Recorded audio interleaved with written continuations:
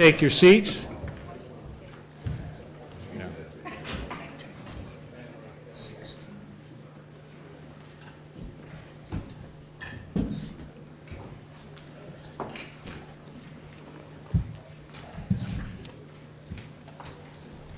want to welcome you to the second day of our conference, and this room is a little bit more convenient and amenable to our conference. Again, the food is available to you in the back, coffee and everything, so feel free to partake of that at any time. Let me remind you that in the packets that you received at the registration table, I put an evaluation form in there, and I earnestly solicit your comments. Again, this is the 16th year we've been doing these conferences, and we try to learn from what you tell us on the evaluation forms. So please give us that feedback so that next year's conference will be hopefully even better than this year's, as far as logistics, as far as what do you think of our topics that we chose, and anything that you think can help us and give us some guidance as far as how we put these conferences on. The restrooms, by the way, again, important information. If you go out to the hallway here and take a left, there's kind of a large food court in there, and the restrooms are right in that area, and they're very large restrooms, so just so you know that information. The first panel of this morning, the first of the second day, is on airport security. The question of how to balance a truly effective airport security system against privacy interests for the flying public is not a new subject. I think many of you recall that back in 1988, as we look at what's happening in Libya right now, we cannot forget that in 1988 you had the bombing of Pan Am 103 over Lockerbie, Scotland, with a loss of over 270 lives. And I think we were all witness to the planes flying into the World Trade Center and the Pentagon on September 11th of 2001. So the whole question of terrorists using means of transportation, and specifically airplanes, I think is indelibly seared in our memories. In this country, we've attempted a variety of different programs to deal with airport security before and after 9/11. We've had CAPS, we've had CAPS 2, we've had Secure Flight. Many of you have received emails from airlines requesting your gender and your birth date. Again, all part of Secure Flight. There is, as many of you know who've traveled recently, an ongoing debate and a controversy about the most current technology that we're using in the airports. Either you went through a scanner, a very highly sophisticated scanner, or if you refused to do it, you were subjected to a not limited pat-down. And there's been a lot of complaints about that. There have been people who have been suggesting that there's a legal issue involved in that. Now, our goal this morning as a panel is not to unnecessarily dwell on that, on backscatter. I'm sure it'll come up in the question and answers, if not on our panel discussion.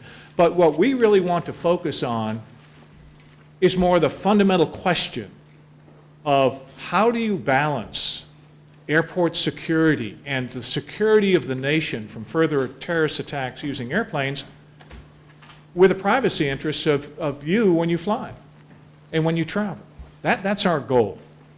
So let me, at the very outset, introduce our three panelists, and then we're going to get right into the panel. Paul Rosenzweig is the founder of Red Branch Consulting, a homeland security consulting company. He formerly served as Deputy Assistant Secretary for Policy in the Department of Homeland Security and worked with and for a gentleman who many of us know, Stuart Baker, who was the Assistant Secretary in that department. Paul and Stuart worked very closely together. Paul holds a bachelor's degree from Haverford College, a master's degree in chemical oceanography from the Scripps Institute of Oceanography at the University of California at San Diego, and he's a cum laude graduate of the University of Chicago Law School. Following law school, he served as a law clerk to Judge Anderson of the U.S. Court of Appeals for the 11th Circuit. Paul's a prolific writer and, among other things, serves as a professorial lecturer in law at George Washington University. Jim Harper is Director of Information Policy Studies at the Cato Institute. In that capacity, he works to adapt law and policy to the unique problems of the information age in areas such as privacy, telecommunications, intellectual property, and, most relevant to us, security. He's a member of the Department of Homeland Security's Data Privacy and Integrity Advisory Committee. Jim has a bachelor's degree from the University of California, Santa Barbara, and holds a law degree from UC Hastings College of Law. Jim's a frequent media commentator, and his scholarly articles have been published in many law reviews, including the Administrative Law Review, Minnesota Law Review, and the Hastings Constitutional Law Quarterly. Ken Kasprisin assumed his duties in October of 2009 as Area Director for Area 6 of the Transportation Security Administration. He was initially sworn in with the TSA in June of 2002, I think, Ken, and as a Federal Security Director, and since then he served in a variety of senior leadership positions within the agency, including Deputy Area Director, Acting Assistant Administrator for Aviation Operations, Acting Chief Operating Officer, Acting Deputy Administrator, Acting Assistant Secretary for the Department of Homeland Security, and Acting Administrator for the Transportation Security Administration. Ken's a graduate of the United States Military Academy up at West Point.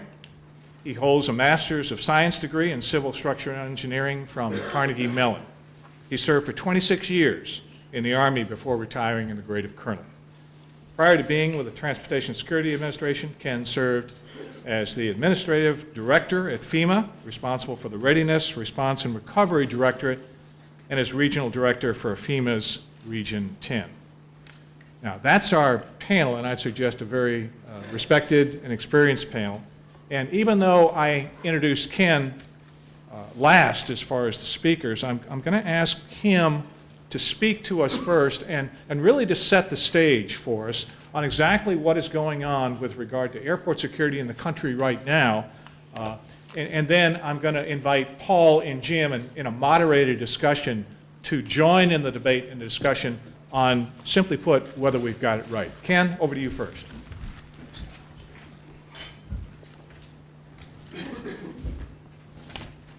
Good morning, everyone. How's everybody doing this morning? That good?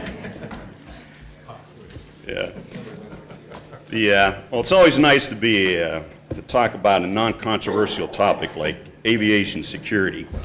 I was always taught early on to kind of analyze the audience. So, a couple quick questions. How many lawyers out here today? All right, that's good. Military experience? All right. From media type activities? And anybody, any reporters here today? Just out of curiosity. All right. Well, when I told some folks I was coming down to Duke, they gave me some advice. And the advice was, don't be yourself, no discussion of sex, politics, or religion. And if you're going to Duke, you better not discuss anything dealing with basketball or lacrosse. So I decided to follow that and only ask one question, and that is, do you know what the best form of birth control is for lawyers over the age of 40, especially if they've been in the military or politically active and fairly religious? So I ask you, what's the best form of birth control for those males? The answer is nudity. Okay. Now I can stop. You realize this is on video. It'll come back to haunt me, I'm sure. I do want to do one thing. We had an opportunity Wednesday night for some of the speakers to get together, and one of the other speakers made a comment. He had a little envy. Somebody had a medal, but I wasn't sure how you pronounce it, whether it was with a T or a D, so I would like to give you a medal. You got one. Okay, with that, what I'd really like to do is, given some of the discussions from the previous panels, many of the issues that were surfaced at dealing with aviation security, especially pertinent in aviation security, Walter's comment on a public relations type society, Suzanne's panel on information security, even some of the legal issues associated with detainees, although from a different context, some of the law enforcement type things that we get involved in. To help discuss this, I'd like to frame the problem of where we were, where we are now, and really where we should be going. And to do that, I want to provide a little bit of a background, and I'll follow this fairly quickly, just to kind of take a look at where we were, focusing on some technology, procedures, and really how they apply to a passenger today. So to start with that, a question for the audience. How long has terrorism been around? Ballpark? Yeah, several thousand. If you take a look at this, and I've highlighted in red a couple of things. If you take a look at what's taken place in the past, dealing with terrorism, many of the things we see today are manifesting themselves that are not new. You can look at the martyrdom aspect. You can look at focusing on undermining the confidence in a government. You can take a look at the effect of what they look at, the impacts of aviation, and if you just hijack one aircraft versus killing people. And if you look at the growth of terrorism-type tactics where we are today with a relatively radical group that have manifested themselves. If you were to go back in time, back in 1968, there were arguably 11 non-state actors, organizations, that practice terrorism. If you fast forward, that growth has been exponential. Anybody have any idea how many exist today? Ballpark. Answer is several hundred. Affiliates with Al-Qaeda, other folks that are kind of copycat of a variety of things. The bottom line, though, and they have a common theme, and that is, let me step back here. Well, what I really want to show on this is things that have happened in the past from those terrorist tactics and how they've impacted our thinking and strategy and how we deal with that aspect today. I've highlighted in red just a couple of things that I'll come back to a little bit later to take a look at. But the ones I want you to think about are September 11th, everybody's aware of it, the train bombings in Madrid in March of 2004, and then the suicide bombing aircraft in Russia back in August of 2004. Fast forward a little bit, in 2006, the liquids explosive, the December 25th episode, and then the printer aspects that occurred back in 2010. To help frame the problem, there's a lexicon that DHS has put out, a definition associated with risk, and it really has three separate components. That threat, the vulnerabilities, and the consequences. We'll talk a little bit about the threat, a little bit about the vulnerabilities, and in a very broad sense, the consequences that kind of put the context together of how we do aviation security. The threat, and I heard John McLaughlin, Deputy Director of CIA, say this back in 2001, that the threat really consisted of those two items, intent and capabilities, and it was dealing with a nuclear radiological type device associated with it, but it's applicable now to what we look at for aviation security. So let's take a look at that intent. A couple statements associated with Osama.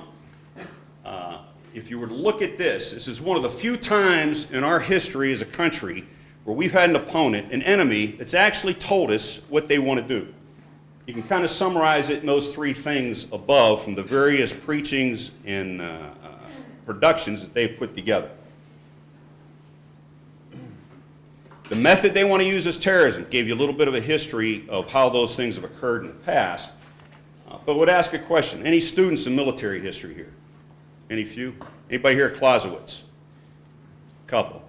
He developed really a concept called the center of gravity, that if you attack your enemy's center of gravity, you can destroy them. And that center of gravity is defined as something that all else revolves around in that institution, really primarily dealing with nation states, but it can be applied to anything.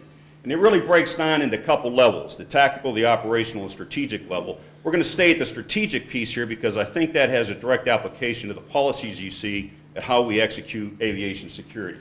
arguably you can say our center of gravity in this country is really two things: the will of the people and our economy. That's the intent. Go to capabilities and keep it fairly simple. Not very difficult to make an explosive. You need a fuel, any type of a sugar, and an oxidizer. You need something to initiate it and detonate it. It's not very complicated. You can go further capabilities when you look at the chemical, the biological, or even the radiological aspects, but we're going to focus on this particular aspect when it comes to explosives. So, how do we do security? How do we do security before 9/11? In general, what do we do? Anybody? You got to help me out. This is Socratic technique. You got to help me along on this. Actually, carry on that.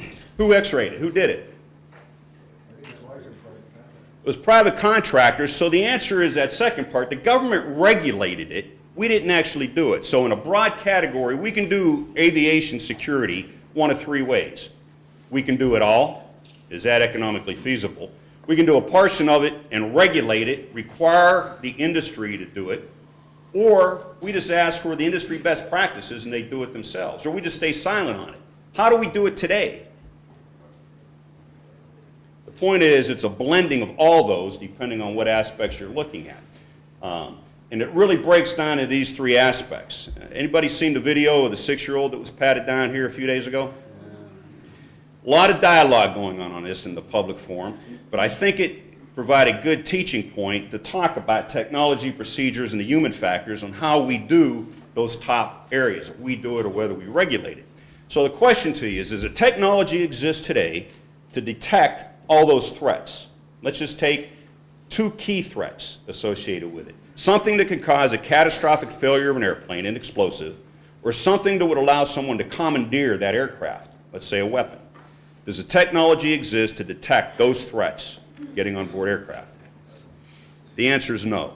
So if the technology can't do it, what do you have to put in place to supplement that technology to provide some reasonable degree of security? You have to put the procedures in place associated with it. And I'll talk a little bit about that from the various programs that we have, and you'll see how they really marry up to help provide a reasonable degree of detection associated with those various threats. But you can never take out the human factors, and those human factors include the public reaction that when you're executing those procedures that are put into place on how people respond to it.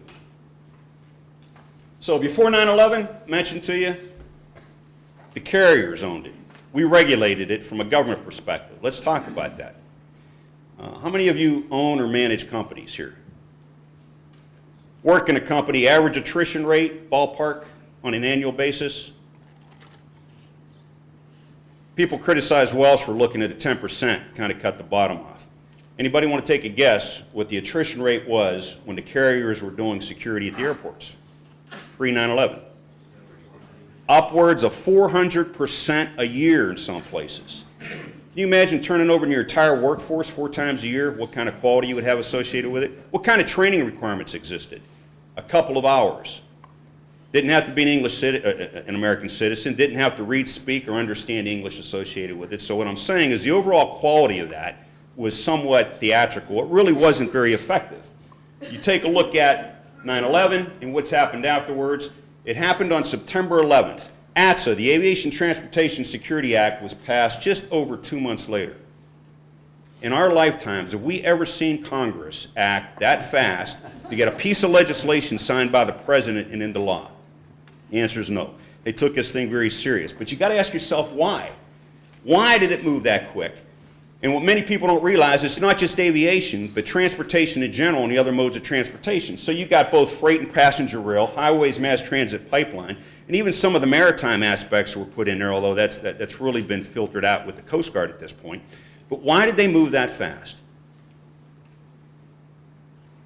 The answer was the impact that had on this country economically, or could have on this country, is pretty significant.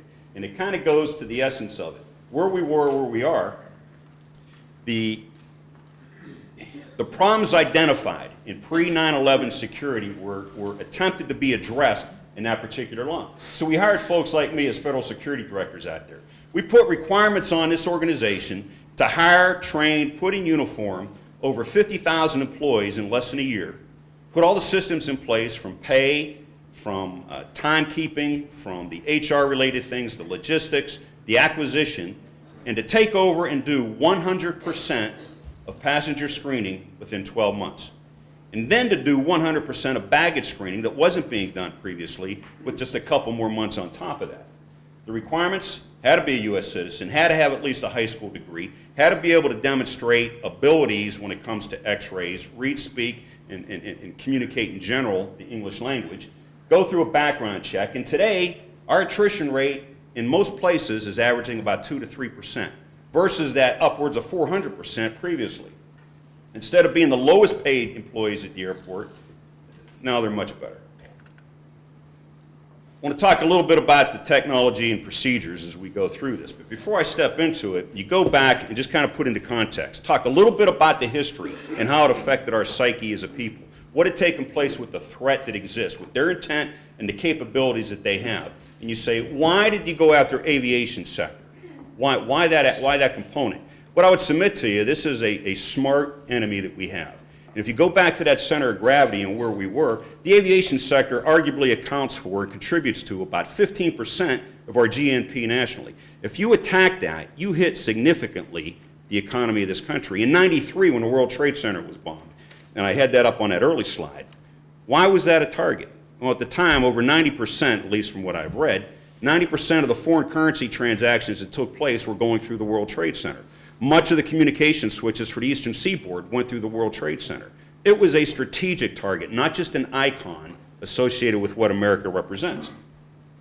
So, where are we with the technology that we talked about that can't get 100% there? We've got advanced technology X-ray, much better than existed pre-9/11. Got multidimensional view capabilities, has some automatic systems in it. Hopefully in the near future, we'll have the capability to determine whether that liquid coming through is actually explosive, and we won't have to have a separate item with it. The CTX machines, those big bulky machines that you've seen, many in the lobbies, but primarily doing all the checked bags. When you look at the flow of bags, that was a major lift. One of the things that's occurred when they were originally designed and we put them in place was before the airlines started charging for those passenger fees. We were averaging about 1.2, 1.4 bags per passenger. When you pile that on about 2 million passengers a day, that's a lot of bags. Now that they've charged, that's dropped down to about 0.8. Now, where are all those bags going? They're still traveling, but where are they? They're going through the checkpoints. So when you're getting frustrated with the lines, it's because of all those extra bags coming through that are bottling everything up. The walk-through metal detector. What was the purpose of that? What was the only thing that we could detect pre-9/11? It was metal. What's the threat? Non-metallic explosives associated with it. And I'm going to come back and cover that a little bit. I think eventually you'll see the walk-through metal detector fall by the wayside. AIT, one that's created a lot of controversy. Let's talk about it. Advanced imaging technology, two types. One's a backscatter, one's a low-dose X-ray. Rapiscan and L3, the two producers associated with this thing. What threat are those going after? The explosive threat, that non-metallic threat that you really couldn't get to. In addition, they very easily see the metallic threat too, so much better technology than we had in the past. ETD, explosive trace detection capability. You know, when you look at what happened in the 2004-5 timeframe associated with an explosive TATP, triacetone triperoxide, kind of a favorite choice of the terrorists, we upgraded those to be able to detect that particular capability. So you'll see here, and I talk a little bit, on how we responded to a variety of events that have occurred to change our procedures and technology. CASScopes, the number of attempts and the use to hide a variety of contraband in medically related activities has been significant. The CASScope helps ease that pain for those individuals traveling with problems with it. Not everywhere, but we've got them many places. BPSS, it's kind of an automated boarding pass security system that you ultimately see at the travel document checker.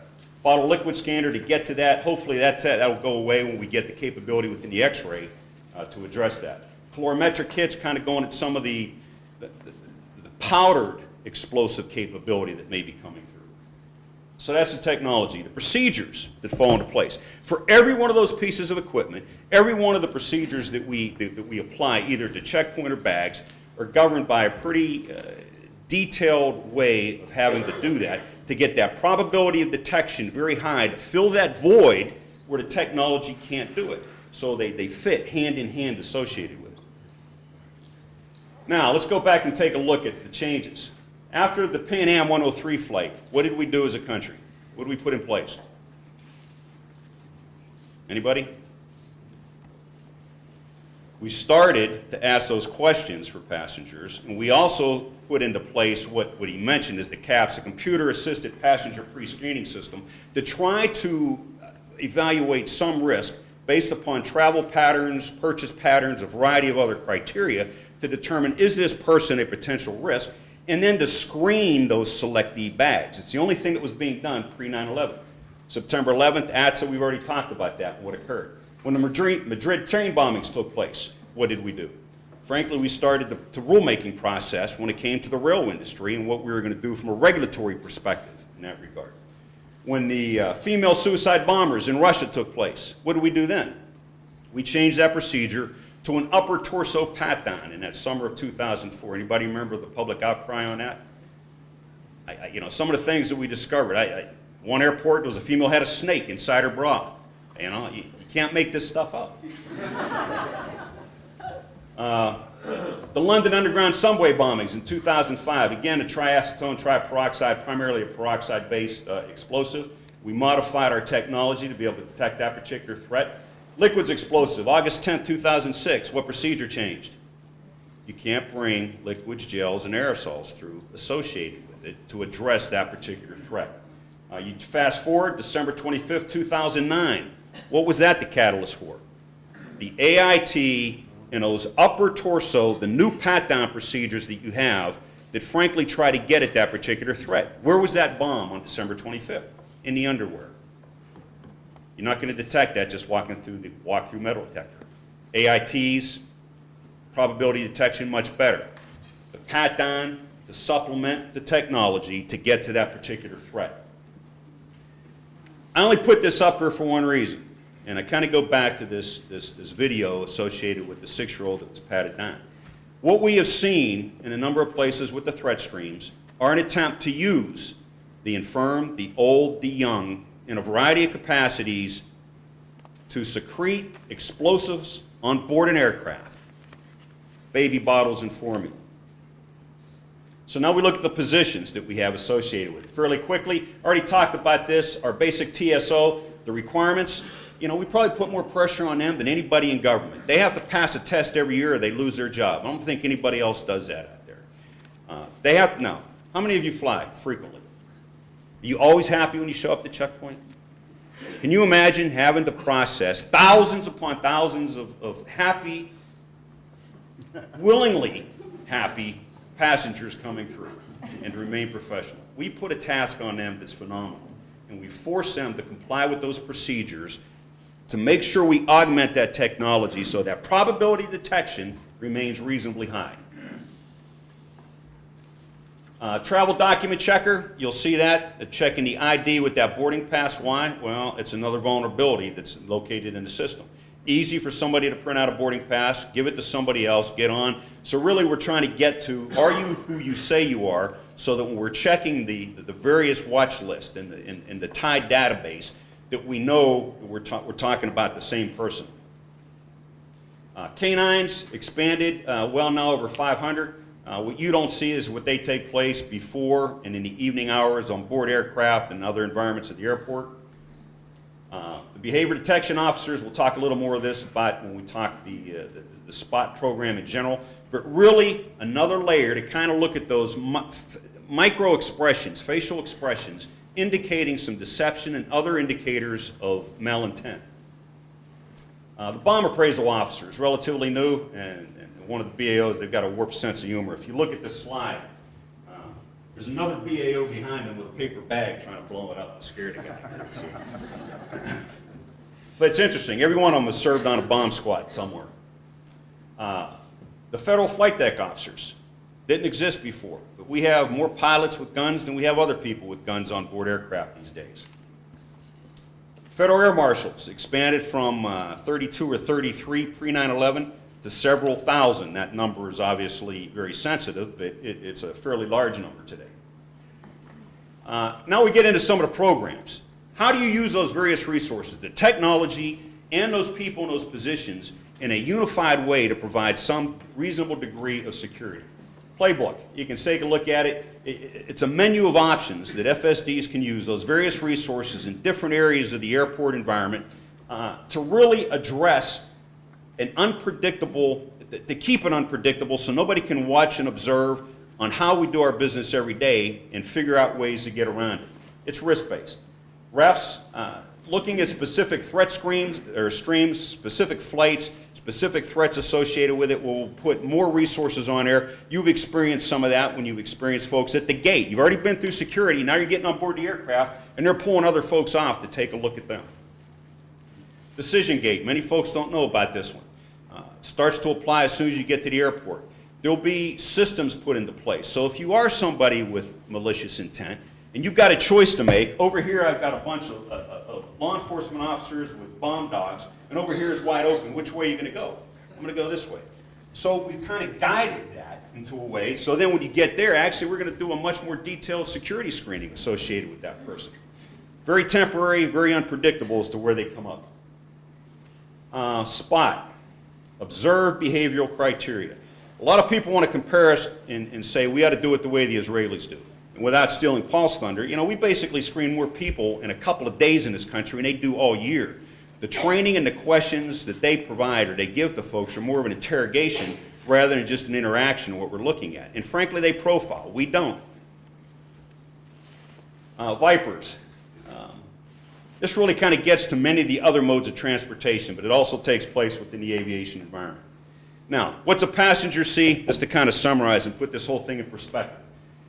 First, we got the intelligence, the threat screens, the information that's coming in. It goes into the Terrorist Identity Data Mart Environment Database. It goes to the Terrorist Screening Center. You have secure flight. So when passengers then make a ticket reservation, that is getting bounced back and forth. What's so good about secure flight? The way we did it pre-secure flight is we gave those lists to the carriers, some of them foreign. So that information was available, frankly, to anybody that wanted it out there associated with it. Now the government controls that element, that entity with it. You arrive at the airport, you may see Viper teams, you may see that playbook, you may see some BDOs and before you ever get to the checkpoint, you've already gone through several layers of security. You get to the ticket counter, once again, depending upon what's happened with secure flight, something else may have occurred to code that boarding pass a certain way, so you get additional scrutiny. Airport security procedures, and some of those are tied into each airport in their airport security plan. So it's really still a team sport. It's not something that the federal government's doing. We've got to do in conjunction with both the carriers and the airports. At the security checkpoint, that's where everybody focuses. It's at security theater. Well, from my perspective, it's not. Could it be better? Absolutely. But I think we'll get to those fundamental questions you ask. Where were we? Where are we now? Really, where should we be going? And how effective, cost-benefit-wise, is the current program? Sterile area to the boarding gate, you'll see a number of those programs again. And then on board the aircraft. People don't realize the common strategy that existed between the pilots, the crews, before 9/11 was relatively one of compliance. Give them what they want, you'll land, everybody will get off safe and sound. That's changed drastically now in that common strategy. You have pilots with guns, you've got FAMs on board guns, you've got other federal law enforcement officers on board guns. You've got a public, I mean, everybody look around to see where you think the threat is when you get on board an airplane, that react, much like Flight 93 associated with it. You got canines that get on board looking for it. You've got a whole other series. So I would submit to you that that experience that go through, many people don't realize those other layers that exist, is pretty significant. So with that, sir, I'll leave it to you. Let me take over from here. Just blank it out.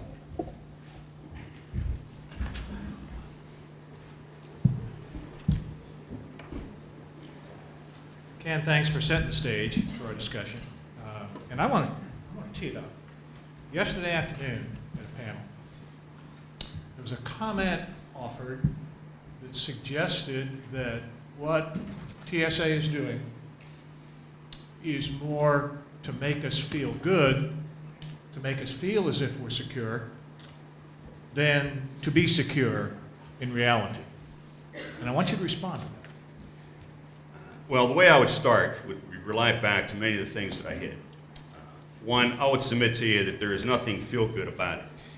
There is a degree of discomfort that exists throughout the agency on balancing what we view are fundamental rights, and you can probably get into some significant debate here on whether flying is a fundamental right or a privilege, and in how you manage the government interest in providing that security. What I tried to lay out there is a system where each one of those layers can be penetrated. Nothing is invulnerable. We don't have a 100% system. The technology doesn't exist. The procedures don't exist at this point within our culture to accept getting 100% security. But I will tell you the probability of detection, as you look at the technology and the procedures, is relatively high. So the question then is, are you really managing risk based upon everybody, or are you treating everybody the same? And I think that is where the debate needs to go, and much of where that pat down at the 6-year-old is. Do you treat everyone the same? And from a historical perspective, I will tell you there were attempts early on to try to data mine various commercial databases, LexisNexis and others, and provide a risk factor for every possible traveling passenger, put them in a category that says, you know, this is a very well-known, we can trust, we probably don't have to do much with this individual. We don't know anything about this person, we go down that road. Frankly, it got sidelined by a number of the privacy interests, by a number of the civil liberty aspects to it, and I think we'll eventually get back to tackling that. But from my perspective, security today, vice what it was pre-9/11, light years difference, much better. Is it perfect? Certainly not. Okay, thanks. When I put this panel together, I wanted to get a balance of views. So, Paul and Jim are not employees of TSA. So obviously, I suspect that they may have at least a slightly different view. So Paul, first let me invite you. You've seen the slides. You've heard what Ken has set out. Your view, are we effectively dealing with airport security? I'm going to start by answering your last question to Ken as part of that. It seems to me that the discussion about airport security breaks down into two pieces. Do we need it at all? And if so, are we doing it in the most effective manner? Those who think that this is security theater, including my friend Jim, probably think that we don't need it much at all, or and to the extent that we need it, we need a lot less of it than we have now. That's based upon an assumption of rationality in making a risk assessment that I don't think applies to culture today. Yesterday, one of the speakers, I think it was Ginger, said, you know, that you are more at risk driving to the airport than you are flying. And that's, as a statistical statement, probably true. But I don't think it is an accurate reflection of the likely consequences of adverse activity in the aviation environment. It posits that, you know, the only damage from a dropped airplane is the 300 people who died on the airplane, which, you know, in a world where there's 40,000 deaths by air traffic, highway traffic every year, you know, that would be a lower risk. But what it misses, I think, and what persuades me that we need aviation security is the collateral effects. And I've told this story once before, but I think this may be the first time I've told it in public. We do, when I was working at DHS, we do tabletop exercises, you know, where you kind of game out systems and all. And every year we travel to Great Britain once a year to meet with our British colleagues who run the security apparatus over in the UK.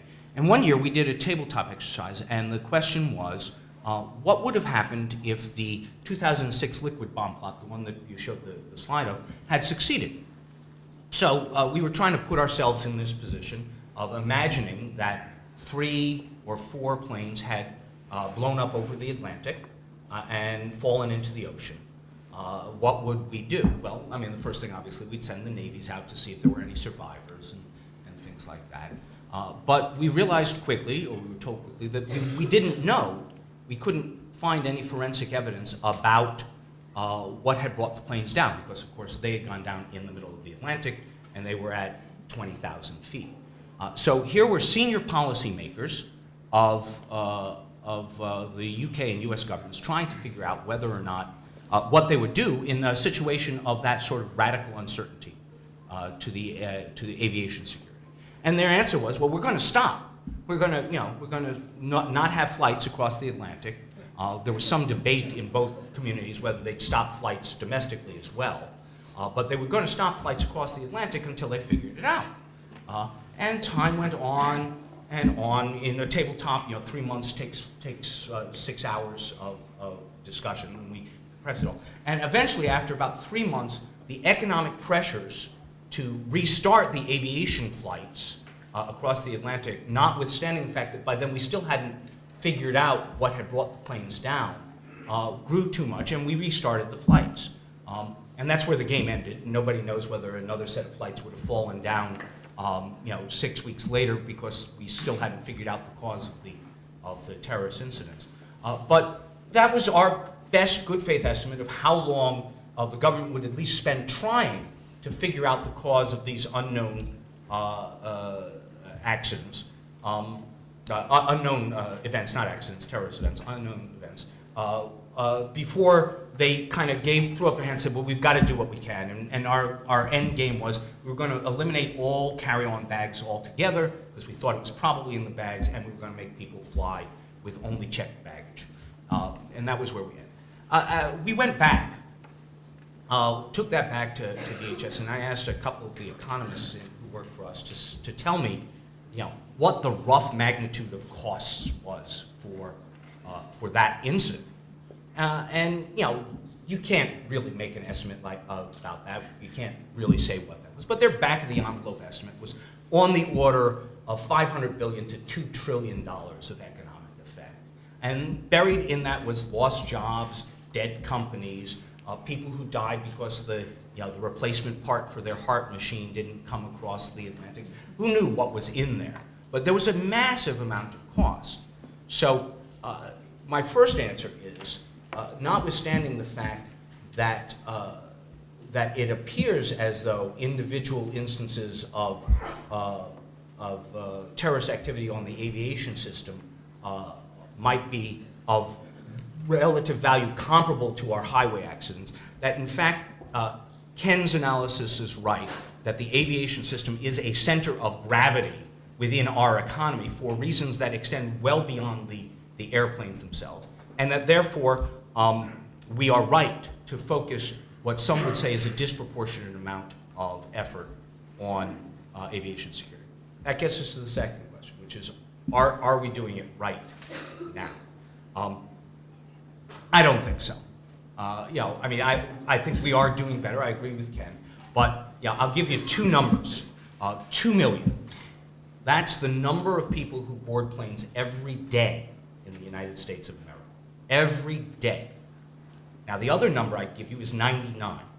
Imagine if you were tested every day and were getting a 99 on the test every day. You'd be pretty happy. I would be. When I went to school, if I got a 99 on a test, I was thinking, thumbs up, I'm doing a great job. If TSA gets a 99 every day on 2 million people, that means that they're making 20,000 mistakes a day, right?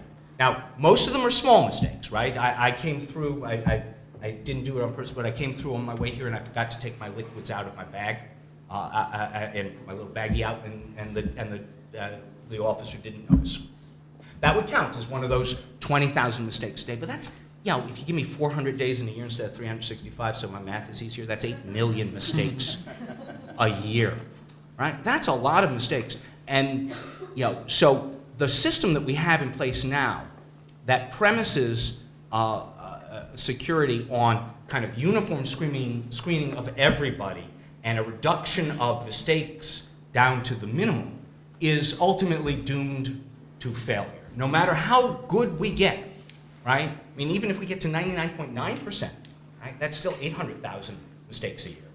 Yeah. So, and there's no human enterprise, government or private sector, that ever got to 99% effectiveness in any activity ever. So, that's just not the way to go. It's kind of the Maginot Line theory of security, and in the end, with an adaptive enemy, which is what Al-Qaeda is, somebody will find the whole something.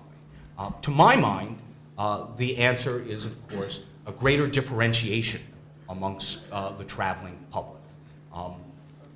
And that means that you know, 6-year-old girls are less likely to be screened than their parents, unless their parents give some indication that they might be part of a traveling family. That is a factor of risk. And that means, I think, in the end, that we are going to have to transition from a system that we have now, which is predominated by physical security methods, to a system in the end that is predominated by data analysis and personal screening, so that the screening decision and the assignment of risks, of resources to risk, is based upon an assessment of an individual traveler. We already do some of that on a voluntary basis in the international environment. I'm part of a program run by CBP called Global Entry. I've given them my fingerprints, and I've given them authorization to check my entire background, including my criminal history record. And in return, they, knowing who I am now, and knowing that I am the, I hope, trustworthy person that I in fact am, notwithstanding Jim's smile and disagreement with that as well, they let me skip the customs, the immigration portion of customs and immigration when I arrive internationally. I go to a little kiosk, throw 2 fingers down on the screen to say that I'm still the guy with the fingerprints that registered 6 months ago. They give me a little receipt, and I walk right out, grab my bags, and I'm out the door well before everybody else. Now my minimum time component is how quickly United gets me my bags off of the flight, which is it's a substantial improvement for me. We're going to move to voluntary systems like that. And in the end, I think the challenging part of policymaking, the challenging part of the discussion, is whether or not we will ever be willing to move to non-voluntary systems of data screening like that. I suspect that the resistance to that for civil liberties and privacy reasons will be significant, and we probably will not get there. And if you figure that through, and this is where I'll end, my prediction for the norm 10 years from now, since this is about norms and we've changed them, norm 10 years from now is that there will actually be 2 classes of traveling public. Those who are willing to voluntarily give up information and get an easier security treatment, and those who are not and want to go through physical security. Now, in one sense, that's a good result because it's the product of choice. We give people 2 choices on how to be secure in their planes, and they pick whichever one makes them feel better. The physical, they can avoid the physical invasion, or they, if they want to give up data about themselves, they can avoid the data invasion if they're willing to go with physical. So, in one sense, that's a good thing. On the other hand, you know, Americans are fundamentally an egalitarian community. We believe that everybody is equal. We believe in equal treatment of people generally. We accept unequal treatment only on the basis, typically, of factors that we think justify that unequal treatment. Criminals can be treated differently from non-criminals. But here, it's going to be a self-sorting mechanism of a voluntarily created set of distinctions that I think will grate pretty significantly on a lot of American psyche. But since I start with the premise that a significant set of incidents in the aviation system would have absolutely catastrophic effects on our economy, I think that in the end that choice is inevitable. That doesn't mean I like it, but it is inevitable. Okay, and Jim, let me bring you in now. Again, I want to first deal with what Ken's displayed as far as the existing system, and then we're going to come back to some of the things that Paul was mentioning about, you know, could it be enhanced, or are we chasing the wrong thing? But where we are right now, what's your view? Well, let me go to your question, and the overall question you posited at the beginning. How do we balance security and privacy? I think we want to balance dollar costs just as much. And the way I'd answer that is by adding to the beginning of Ken's fine presentation and then adding a little bit to the end as well.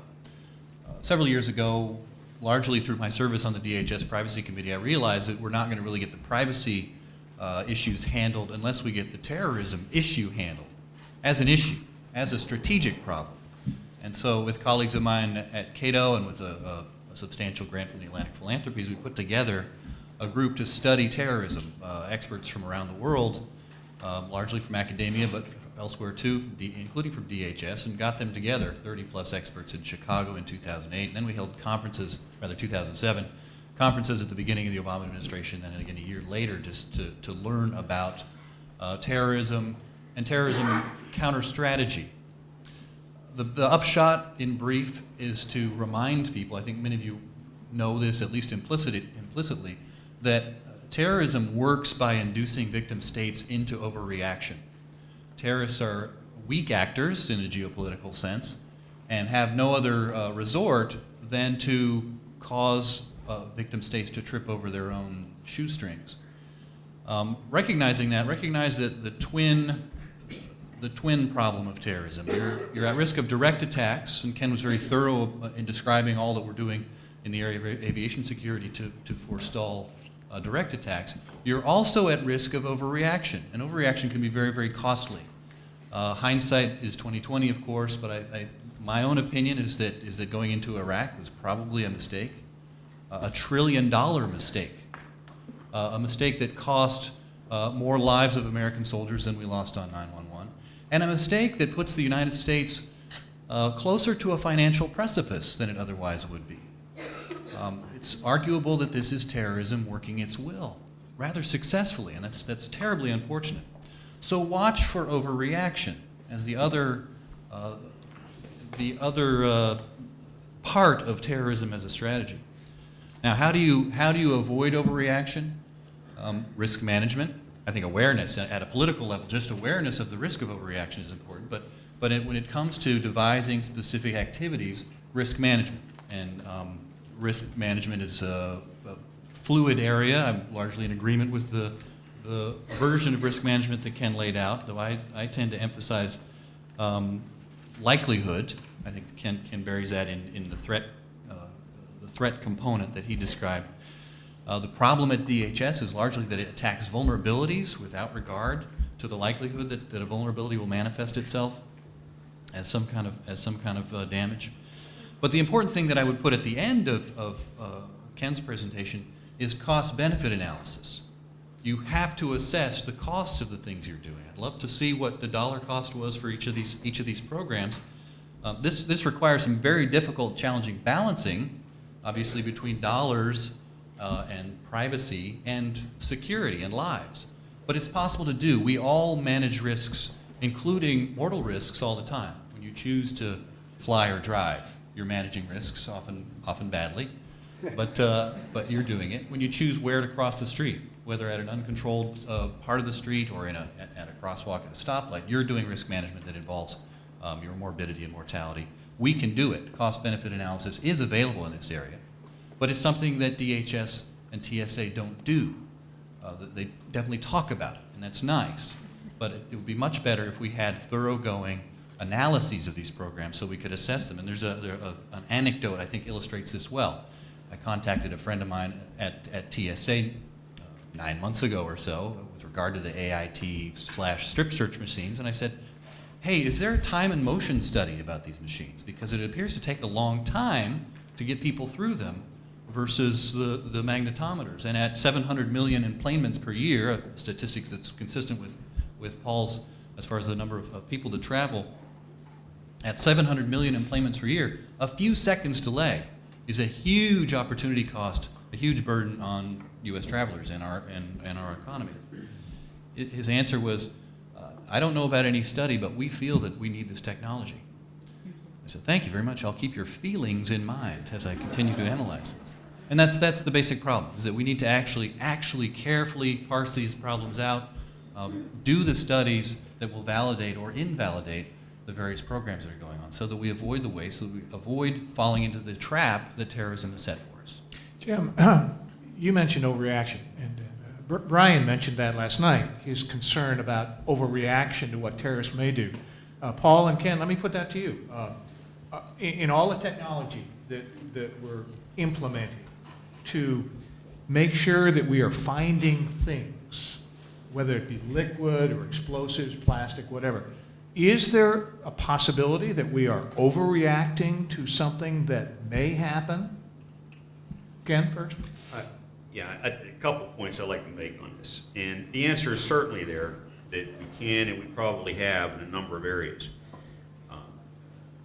Part of that is the, I think, intent to soothe the public in a number of areas. Let's just take one area, for example, and we can kind of categorize this, not to pass judgment one way or the other, but for the sake of the benefit cost analysis that Jim was alluding to. Let's take FAMs. $1 billion a year for FAMs on board airplanes. The assessment is we have now pilots with guns, other folks with guns, you got locked cockpit doors, you got changed common strategy, changed public procedures. Is the benefit associated with that cost associated with FAMs sufficient to override that cost? And I don't think there are some valid studies associated with it, because I think there are some unquantifiable numbers that are difficult to put into play. I do think that some of the overreaction is seen in the prohibited items that you see. Frankly, from my perspective, the two items we really need to be concerned about, two general broad categories: what can cause a catastrophic failure, what can allow someone to commandeer the airplane. I would submit to you, with all the other changes, a box cutter is probably not going to allow someone to commandeer the airplane. You can hurt the person next to you, you can kill a few people on board the airplane. Safety-related issue, you're not going to use that airplane as a weapon going somewhere. But I think there is a psyche that if you take that off of the prohibited items list, the impact and what that says to some of the 9/11 survivors and the public at large, it creates some concerns with it. So I don't know how to quantify that relative feeling of comfort. The other part, in its second order effect, if you were to eliminate many of those things from the prohibited items list, they then become part and parcel of the bags, and your effectiveness on the x-ray and other things to look at become more cluttered and actually takes time. To one counterpoint to what Jim said, I would submit to you those time studies have been done for AIT. They know exactly how long it takes or what they add to it, and I would submit to you, it is not the long pole in a tent. What takes the most time at that checkpoint are the bags going through the x-ray machine. So until those two balance, I don't think you're losing any time with it. I think there are some other follow-on clearance procedures that are required that take a little more time, and you have those anomalies that have to be identified. But going through there, yeah, it takes longer than a walk-through metal detector, much better detection, but it's still not the long pole in the tent when it comes to the checkpoint.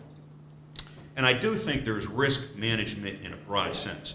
If you were to look at the vulnerabilities as a whole, and you look at what happened at the London airport, you look at what happened in the Moscow airport recently, in the baggage areas and VBIDs, vehicle-borne improvised explosive devices, have you seen us make any significant changes to address those vulnerabilities in our airport environment? The answer is no, not that it's impacted anybody.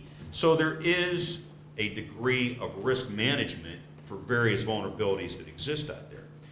I think that covered it. Well, I would answer yes, there's been an overreaction. I would also say, however, that the science of risk management and risk assessment works best in the realm of large number of events, right? If you're an insurance company, you can tell the risk of how many auto accidents you're going to have to pay off on this year, almost to the precise number, because you have years of historical data, and you know exactly how to value them, and you can make a confident prediction right now about how much you're going to have to pay out in claims, and set your premiums today to clear a profit for your company quite readily. If you are insuring against hurricanes, a less frequent event, but nonetheless one that has some high degree of frequency, you can do much the same and set a decent, or flood insurance costs. If you're doing risk management in the terrorist context, it's much harder. And what that means is that a lot of your assessments are judgment-based rather than evidence-based. To my mind, even though I think we have more security probably in the aviation area than we need, vis-a-vis some absolute risk, on a comparative basis, we have been right to put a lot of our security dollars into aviation security, vice, for example, security against terrorists taking over a cruise ship, or even, frankly, in America at least, IEDs in subway systems. Why? Because for whatever reason, and I am not a psychologist, so I assume it's a center of gravity analysis on the other side, but for whatever reason, At the present moment, over the last 20 years, there seems to have been an obsession with the aviation environment as a target of opportunity, ranging, from the Air India plot over Canada, the Chechens, the Moscow, all the way up to Abdul Muttalib last year, right? And the toner cartridges, or Abdul Muttalib 2 years ago, and the toner cartridges this year. The frequency with which it comes has become enough that we can actually say that that's a more likely event than a nuke blowing up in New York. Even though the nuke in New York would clearly be far more catastrophic than any result of any aviation incident. In terms of specific overreactions, we do tend to be following last year's event. We're closing last year's loophole. And let me follow up on that, Paul. Ken mentioned it in his presentation, that there are other systems out there. And I don't want to get into a comparative analysis with the Israeli system, but nonetheless, there are other systems out there that tend to dwell more on behavioral analysis than looking for things. So, and we've got the spot behavioral aspect, Ken, but should there be a shift more towards behavioral analysis and away from looking for things, or can we achieve that balance, and at what price? It's a great question, and I think from an academic perspective, we absolutely have to go down that road, just on the sheer numbers when you frame the problem. But the issues dealing with privacy, the issues that Paul so accurately articulated on this perception of haves and have-nots. From a historical perspective, we tried going down that road. We modified CAPS 1 and 2 going toward a secure flight. The original intent of that program was for government to really kind of data mine that commercially available data, put risk factors on there, and focus on people much more than on things. It came into a number of issues that frankly could not be easily overcome, so backed off just to get secure flight under government control, really from a watch list perspective, but without adding that risk factor. I think you will see a general trend to go toward the people side more so than the things. The issues there that we will have to overcome continually is, one, the effectiveness that Jim puts out. How do you quantify that? I will tell you, it's probably easier for me to teach the solution of a second order differential equation for the order buckling load for columns than it is to put a probability on risk associated with the people side of the house. It is not an easily quantifiable problem, and I think much of the discussion that will take place is, how do you know it's effective? What are you showing for arrest? What are you showing for those types of activities? And I don't know that the state of the art in that arena has advanced so far that you're going to satisfy the naysayers. Paul, Jim, behavioral analysis? So behavioral is always going to have a part in security, as it always does. Witness the fact that the Millennium Plot was broken up by behavioral analysis, if you will. That is, a border guard at Washington State recognized behavior. I think she characterized as hinky on the part of a person. Looked into it and found that this guy was indeed quite a bit more than hinky. But the SPOT program attempts to institutionalize behavioral analysis, tries to franchise it in ways that are at least unproven. The GAO, again, has examined this. There's no evidence because the evidence is not being collected that SPOT analysis, that is looking for visual cues, does someone have a racing heartbeat, are they looking around furtively? There's no evidence that that's any better than random. People arriving at the airport may be having a bad day. They may be anticipating a bad time at the checkpoint. And different communities behave differently when they're subject to stresses like this. So people who are not familiar with the airport environment, people who have traditionally antagonistic relationships with law enforcement will behave differently in this environment. So you've got a lot of problems with this idea of taking success in what you might call natural behavior analytics. That is, a person recognizing based on vast and deep experience in their own particular area, taking that and trying to expand it out into a government program where you say, go look for something strange. Well, what happens? People find something strange. But if they're catching kids at the airport who happen to have some pot with them, that's not actually achieving the goal of airline security. Again, we've got to talk about cost. If we're spending $300 million per year to put spot analysts in airports, are we getting $300 million and $1 per year in security benefit from that? I think it's very arguable. Paul? I'm not a fan of behavioral analysis. I mean, the Israeli model of deep interrogation simply can't work here. I mean, if you're worried about the few seconds of added AIT, you know, the Israeli model is kind of, it can be minutes, long minutes. Yeah. They profile.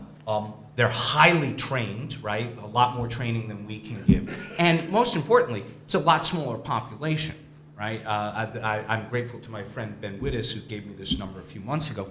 8 times as many people go through a single airport in America, Hartsfield, as go through Israel in a year, right? And that's just Hartsfield. If you throw in JFK and O'Hare and Denver International. So we just are never going to do behavioral analysis at the level that the Israelis do, because we can't, even if we thought that the cost-benefit analysis worked out, we couldn't afford it anyway.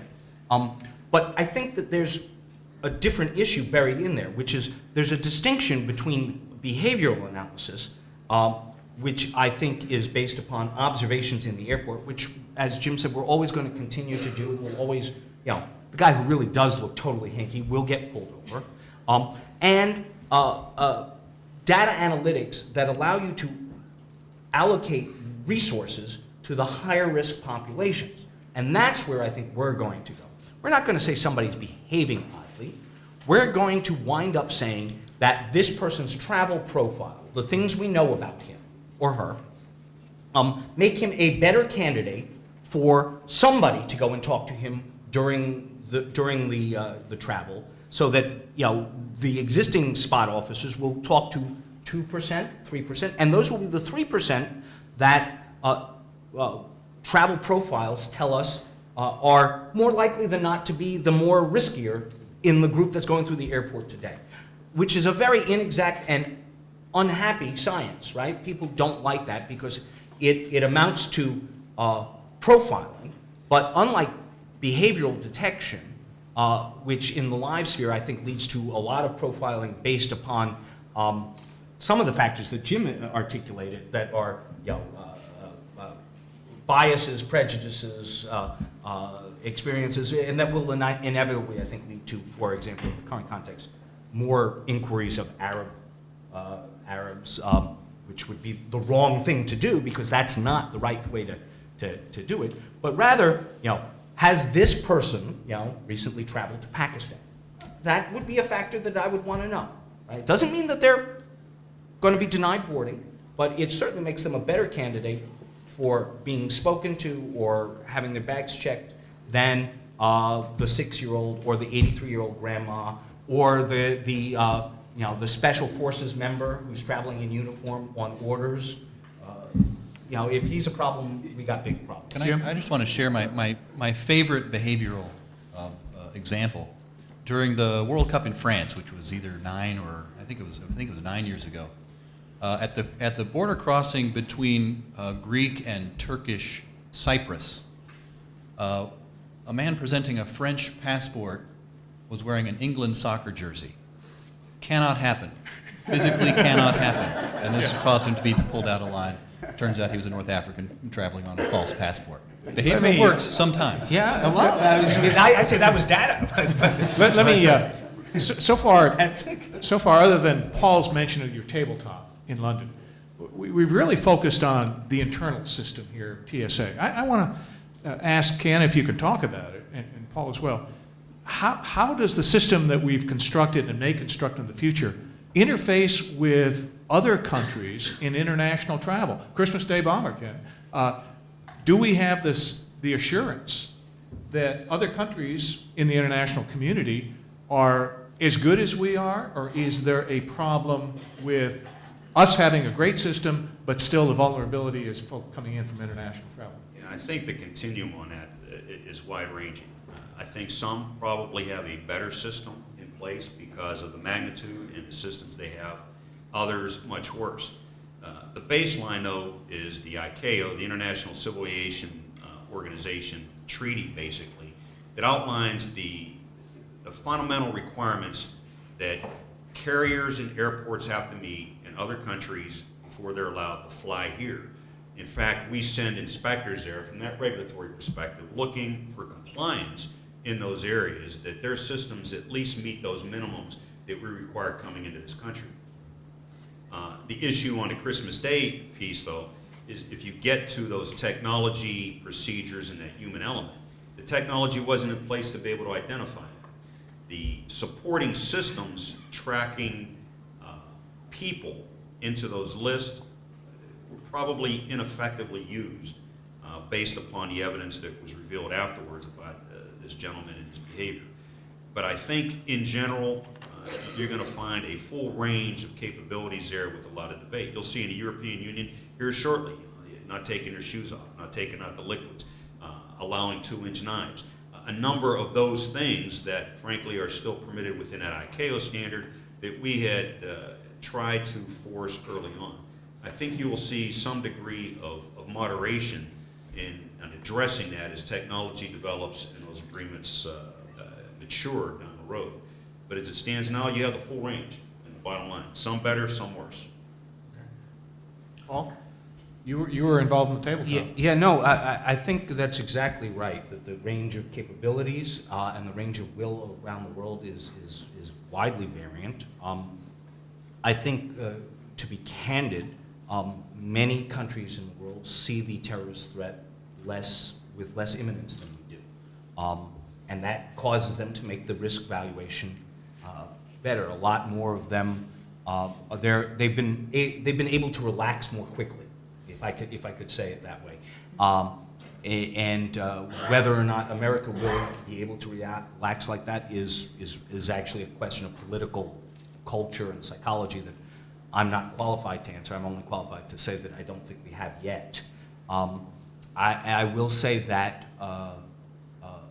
the international aviation structures are widely interlinked, and pretty much once you're inside, it's free range. I mean, that's why we do, because of our concerns about other countries, that's why we do rescreening at Frankfurt Airport for American-bound flights, precisely because we think that there's a need for that other countries perceive as not the case. We don't have enough data to know who's right, but I can describe the situation. Just one anecdotal piece. In the spring of 2002, I led a U.S. delegation into Moscow on a counterterrorism exercise. And frankly, the airport that we had transferred before going into Moscow had implemented much more stringent procedures, pat-down procedures, that frankly would never have been acceptable in this country. They weren't bashful about where they touched, where they grabbed. In fact, most of the guys were trying to get in the lines with the good-looking ladies, and the ladies were trying to get in the lines with the good-looking guys as they were going through this. But culturally, they accepted that much more readily than you see that acceptance in our country. So to magnify as an anecdotal thing, that security then, 7 years before we instituted a much more invasive pat-down procedure, was already in place in some places. Before I've encouraged all the moderators to make sure we leave enough room for questions and answers, and I'm going to make sure I do it myself. But I want to ask one question to all three of you. Taking into consideration the culture of the United States and our expectations of privacy, knowing that the courts, Gilmore versus Gonzalez, have said there's a constitutional right to travel but not necessarily to fly, what would be the ideal airport security system that each of you would devise that we could afford? Jim, let me start with you, and then we'll work back to Ken. What would be the ideal airport security system for this country? I was asked a similar question once. It was phrased, if you were made airport security czar, what would you do? You're now the czar. I would quit. And there's a serious kernel to that. I've talked about the systems we should use to make decisions about this, not about what the particular processes should be, because I think they should vary more widely than any one mind or small set of minds can come up with. The problem should be distributed, and I've argued for years now, it should be distributed to airlines and airports, also insulating them from the opportunity for government subsidy when they fail, which they got large subsidies post 9/11. With responsibility for airline security placed on clearly and finally placed on airports and airlines, they would have to figure this out. They wouldn't get it right, some would fail. The insurance system, which has challenges, though not insurmountable challenges, would move in to make darn sure that they did the best they possibly could, but they would much better integrate security with privacy, convenience, customer service, and I think the winner, when I make this argument, if I bring anyone to my side, is that you would hear please and thank you at checkpoints a lot more than you do now. So that's my answer, which is a meta answer, not the actual system. You'd quit. I would quit. Paul? Well, I certainly wouldn't quit. I tend to think that that the privatized system, regulated but privatized system that we had pre-9/11 was demonstrably ineffective. It may be that was because pre-9/11 people customers didn't try and buy security, and now they might compete and only use airports where there was good security. But I don't know about you, except in New York where there's 3. If I live here in Raleigh-Durham, I'm not going to drive to Charlotte because it has better security there than at Raleigh-Durham.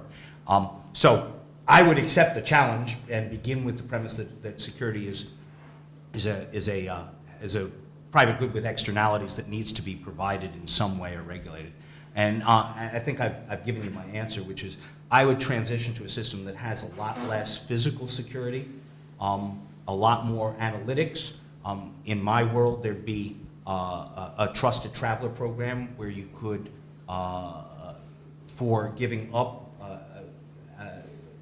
the access to data about you, go to either a non-existent line or a much shorter line with a much more limited set of security. I don't know exactly how far down I could clock it. I'd maintain a system something akin to what we currently have for those who object to that. And so I'd divide the playing field that way. I would encourage people to migrate to the physically easier system with some incentives, because I think it's actually also cheaper for the government to do it that way. There'd still be some random screening of people even in the cleared line, since you're always going to want to keep a little element of randomness in a screening process. And in the end, since you made me bizarre, the one thing I would actually do a lot more of is I'd spend money on redesigning checkpoints, right?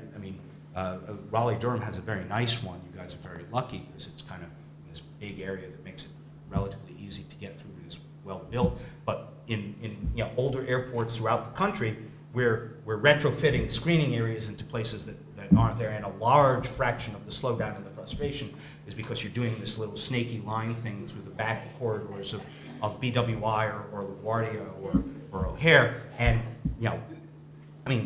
if you give me an infinite amount of capital to invest, that would be a good place to put some money too. Ken, you're now Area 6 Director. I'm going to promote you. You are now Secretary of Homeland Security, Ken Kasprisin. Build me the best system you could. Yeah, there are components Or that I quit. think. He wouldn't Or quit. quit. I think there are components that have already been mentioned that are self-evident. I think as you frame the problem, you have to reduce the magnitude of the challenge. You cannot effectively screen to 100% accuracy for things on 2 million people a day. You have to have a more risk-based system associated with that to diminish that size of the population based upon a number of criteria, either a voluntary system or some combination of involuntary, where the government, recognizing the privacy issues, can still use readily available information to assess a relative risk. So you reduce the size of that population. 2, it has to be in partnership with all the entities, the airports, the carriers, and the communities associated with that, in such a way that it's a shared risk. I think just the sheer liability of failing now will get down a much more willing partner in this. Right now, it's government, it's yours, you do it. They're kind of hands-off associated with it. In pre-9/11, it was a minimal cost thing. It was a cost savings in how they worked it. So reduce the people, do the shared risk. I think you need to keep a variable in there an unpredictable nature to address those unknowns that continually occur. I think you need to better address the insider threat piece of that, hence the partnership with the airports and the carriers. I think you need to look at the sheer magnitude of some of the challenges of small airports and flights. If it's a small commuter flight going from Minot, North Dakota to Bismarck, North Dakota, I'm not sure the relative risk of that aircraft going down is going to have the same economic impact as if you have an aircraft going into the World Trade Center or to the Sears Tower. So I think you can modify the behavior based upon what those flights are carrying, where they're going from, where they're coming to, in such a way to better distribute those resources that go on. And then finally, I think you absolutely have to address the infrastructure. So much of the money was put into the brick and mortar for runways and facilities, but frankly, it wasn't designed with security in mind. We have to create, where do we want security 50 years from now, and start building into that, to those new terminals that are taking place. You wanted to add something, Paul? Yeah, no, I was reminded by a friend that there is actually a perfect solution to this. Right? I can guarantee that everybody will get safe to their next space. You fly on planes that have no checked baggage and without any clothes. Right? And that would work, right? But probably at too high a cost. I think quite a high cost. Okay, what I want to do, we have about 20 minutes left. Again, it's very important, since we're keeping a total transcript, audio-video transcript, that if you have a question, raise your hand, I'll call on you, wait for the microphones to come to you. All right? We'll start first. Ambassador David. Thanks. I'd like to pursue this industry versus government argument a little bit. I'm sure that in October of 2001, somebody thought that maybe industry ought to take the lead, not exclusively, but the lead. So aside from the inherently governmental argument that Paul kind of raised, and aside from the fact that many in industry probably said, no, not us, we don't want to do it, what were the arguments then against industry taking the lead? Does anybody know? I think the basic perception was that there was a relative conflict of interest with the carriers doing security there, in that it didn't receive a high enough priority, as evidenced by the quality of the people and the systems that were in place associated with it. I think there was an emotional need on the part of Congress in this country to show a very demonstrative change to get that credibility back into it. I think there are clearly organizations and individuals within not just the aviation industry, but the security industry as a whole, that can certainly run with that. It doesn't necessarily need to be a government entity. I think the government's interest then, and to some extent today, are strong enough to keep a bigger piece of that pie, either through the regulatory or the actual conduct. But I think arguments could be made for the private sector to do it. I don't think people realize how close to bankruptcy the major American airlines came in the fall of 2001. I mean, as Jim says, they had to get a huge amount of subsidies from the federal government. I mean, very much akin to what just happened with GM and Ford recently. And you know, whatever you think of those, you will think the same. You probably think the same thing of the airplane. My own assessment from that time is that the American public would not have accepted a promise of better private security from the private sector. Having just watched it fail, they would not have believed it any more than I believe that the next Microsoft patch will fix all of my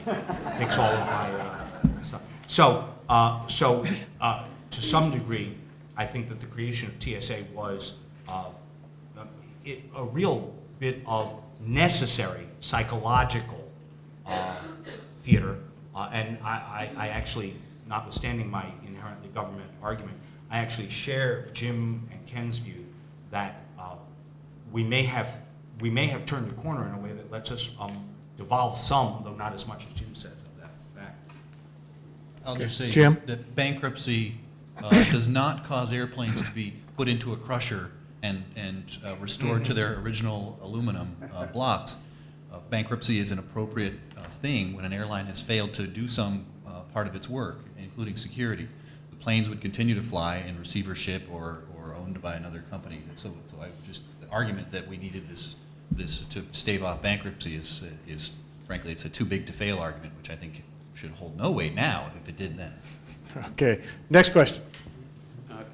I'd like to sort of build on the question that came before about whether the airlines could have a bigger part in this and build on something that Paul was talking about, where you said that you have gone through a background check and it puts you into a different class of traveler. Could we put those two things together? And are there enough economic incentives whereby a particular airline might begin to cater to that kind of passenger, and would then everybody on those flights would have gone through that kind of pre-screening, and so we can just go right around the TSA screening? Is that a pipe dream? We've tried a trusted traveler program in the domestic area a couple of times. There was a program called Clear that didn't pass, and the reason that it hasn't passed so far is because the government has not been willing to relax as much as the market would demand the security, not offer as much of a security benefit, right? Clear was basically you get to the front of the line like a premium traveler on United, but you still have to go through the exact same magnetometer. So that's unlike the program in the international sphere, where I actually get a benefit. I actually get to completely skip the customs officer, Customs and Border Patrol officer. There could be such a program. I actually posited the converse, which was in some testimony at Congress way back at the beginning, which was we should have two types of airlines: those for people who were screened and those for people who didn't want any screening at all. But if the ones that were not screened at all, the plane got taken over, you were on your own. You've taken that risk, but we would do our very best to protect and save the people on the screen. In the end, I don't think it's going to be an airline-specific market or an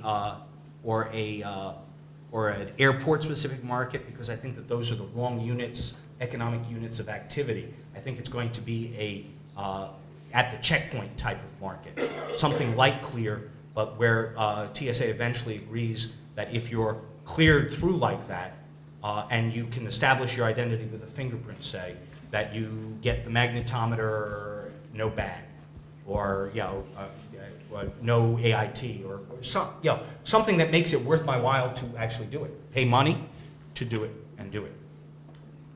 Any other comments, Jim? I wouldn't endorse that plan any more than any other, but we should be free to try those kinds of things.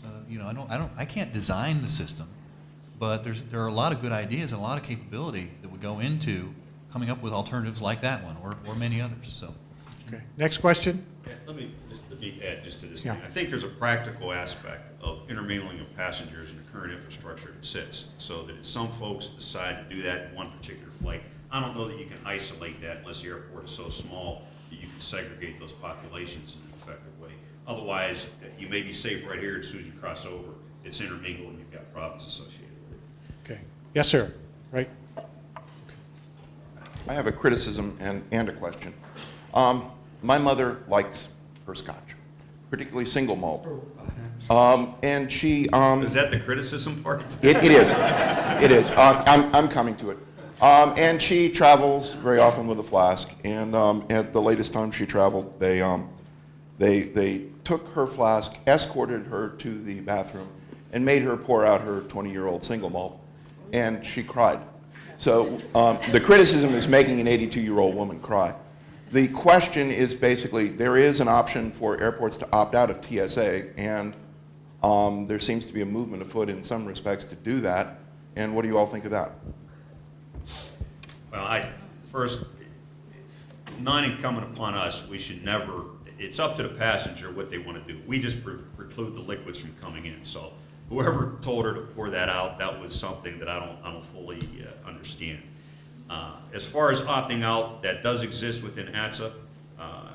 John Pistol, the current administrator, had made a call here several months ago that both the renewal and the expansion of that program, he was looking at very carefully, if not constraining. Did not see the data, and I know there's a major discussion with some political figures, notably Congressman Micah, that differ on that, to include some aspects of a GAO report that looked at the benefit cost with it. I think it's still on the table. I think it's viable, but frankly, the two aspects of cost and relative security are the things that the administrator has to decide upon whenever a request comes in to opt out. Now, what it doesn't do is change the procedures. It doesn't change TSA's oversight. It just changes who's actually in that uniform conducting the physical screening. I think your criticism illustrates the problem with a top-down, no discretion system. That's basically what you saw in the video of the 6-year-old, I believe. People I've talked to many times have said, you know, what if I take a sip of my liquid? That proves that it's not one of these chemicals. Great alternative for that situation where it's scotch. I would definitely take the sip. As far as opting out, and you can certainly correct me if I'm mistaken, Ken, I think that the opt-out is switching from government employees to non-government employees, but they would still be TSA regulated, doing essentially the same things as a TSA employee. So that ends up being a labor management debate that I want nothing to do with. The question is really whether, how this stuff should be managed. Actually, it's good because maybe we've got a teeny bit of disagreement amongst a panel that surprisingly has agreed on a great deal, which is I agree with Jim that what happened to your mother is a problem of top-down lack of discretion. On the other hand, given the context in which we work, I think that that's a good thing. Not what happened to your mother, because obviously that, and not what happened to the 6-year-old, but I personally am not comfortable with the idea of, what have we got, 45,000 different government officials who A, have a lot of authority, B, who are the single most frequent federal interactors with the American population on a daily basis, C, who were all, though nicely paid and well trained, by and large, what's the average GS, 7, 9? Well, we're on a different pay scale, but it's equivalent to us. So. GS7, so, giving them all that much discretion. I think that that type of workforce with that type of interaction with the American population and that much authority behind them to actually arrest you or deny you boarding is better managed with rules, perhaps with a little bit more flexibility than was shown with respect to your mother, but I kind of like the idea that this group of people with a lot of power over my life who can absolutely ruin it by keeping me from getting home tonight have a kind of fixed set of rules. What I would say is I wish I knew what those rules were better. It's hard. The transparency thing is hard because I'm never quite sure whether, for example, my computer, which I've put in a sleeve that should go through without having to be taken out, actually is going to be taken out or not. So that would be my take on it. So worthwhile just to take what tiny disagreement we found, I suppose, and riff on it. There's no designing the system here, but discretion would probably work where each checkpoint would have a customer service representative or the lead who was more sophisticated about the security threats than the line worker. The line worker would be subject to the rules, but if something came up like this, that person would be in a position to say, well, I know what scotch is, I know what all the relevant threats are, and say, okay, if you take a sip of that, I will let you carry that liquid through.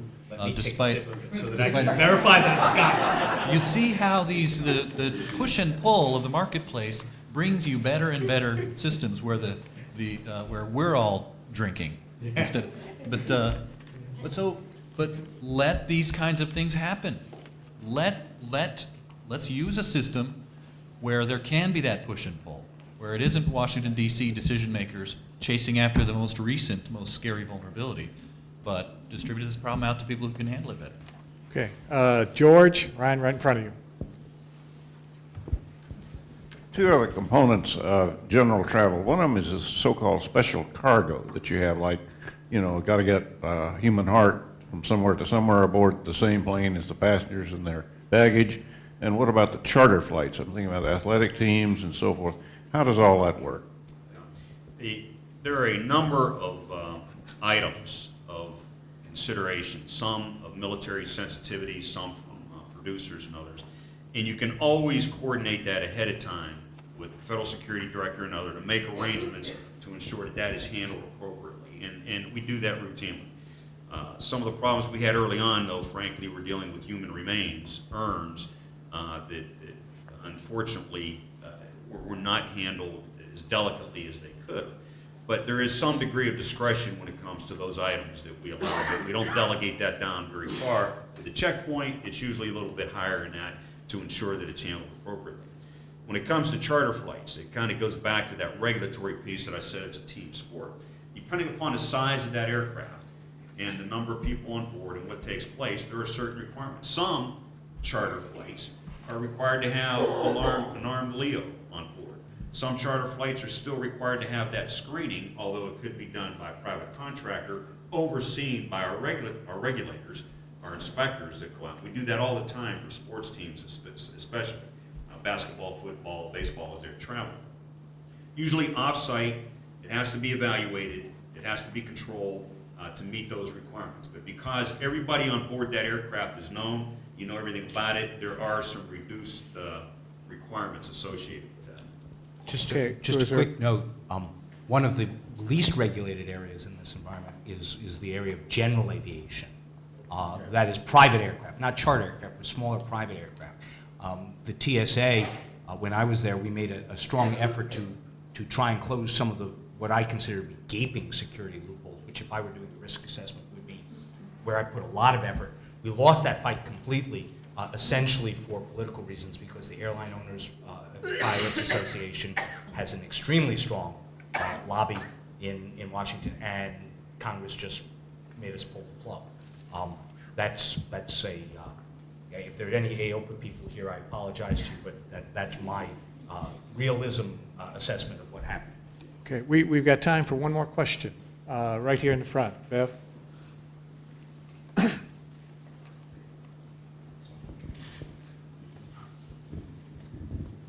A quick compliment and then a question. I have two artificial joints, and I think AIT is the greatest invention ever. I mean, I get much quicker through those machines than I do waiting to be patted down while my bags wander off.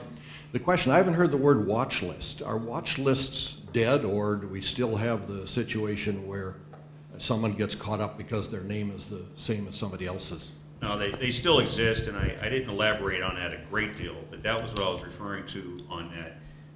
During the reservation process that takes place, secure flight in general. The government now owns that. That name comes up, gets bounced off of a variety of lists, tied, kind of owned by the National Counterterrorism Center, the watch list owned by the Terrorist Screening Center, both no-fly and selectee type, depending upon the amount of derogatory information associated with that individual. In fact, we track those things fairly closely, but there's also a variable component on that for selectees also. You know, oftentimes folks say, I'm on a no-fly list, but they fly. Well, they're not on a no-fly, so they never would have got on the airplane.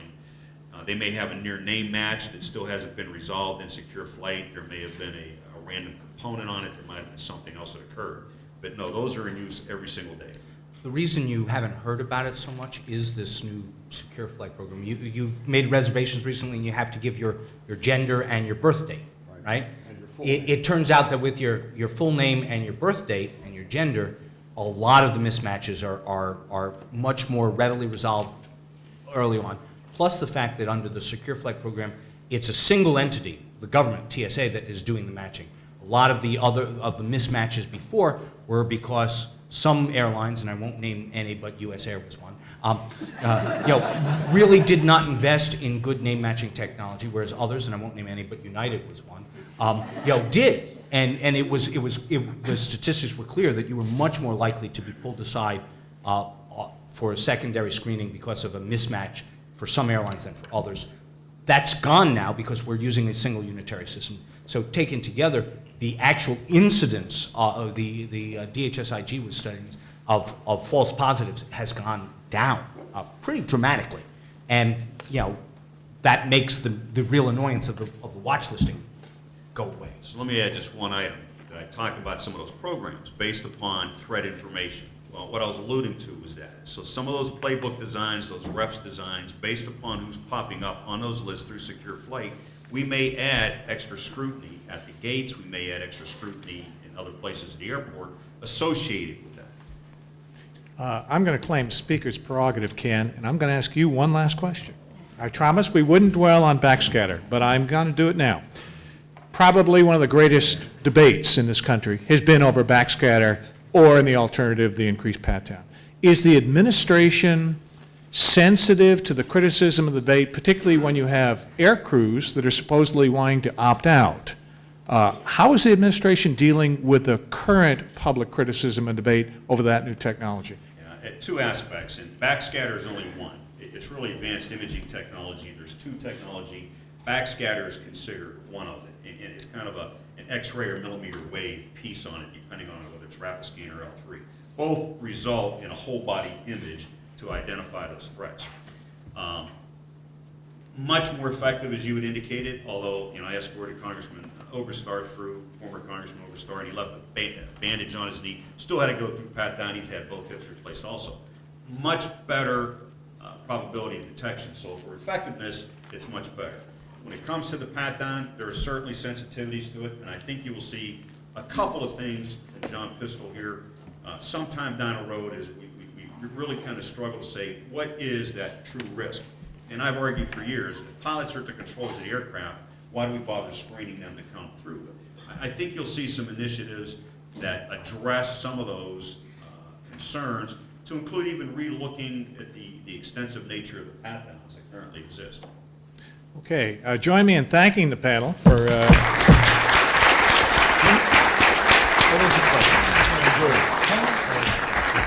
and keeping us on time, as I want to always try to do. We have a 15-minute break now, and then we'll start with John Radson's panel at 10:15. Back in the room.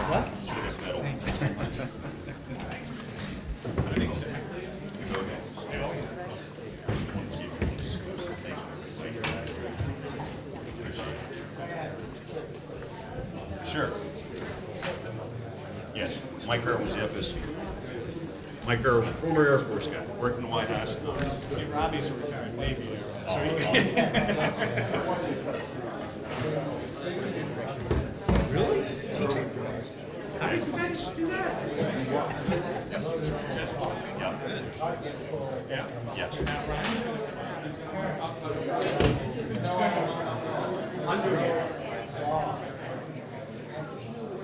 That piece of it? I'm not familiar with that operation, but there is a requirement that under positive control, once that has been screened. It's not, Mike, I'll call Mike Earl from the FSD there and say, we got an issue. Yep, but that is a requirement.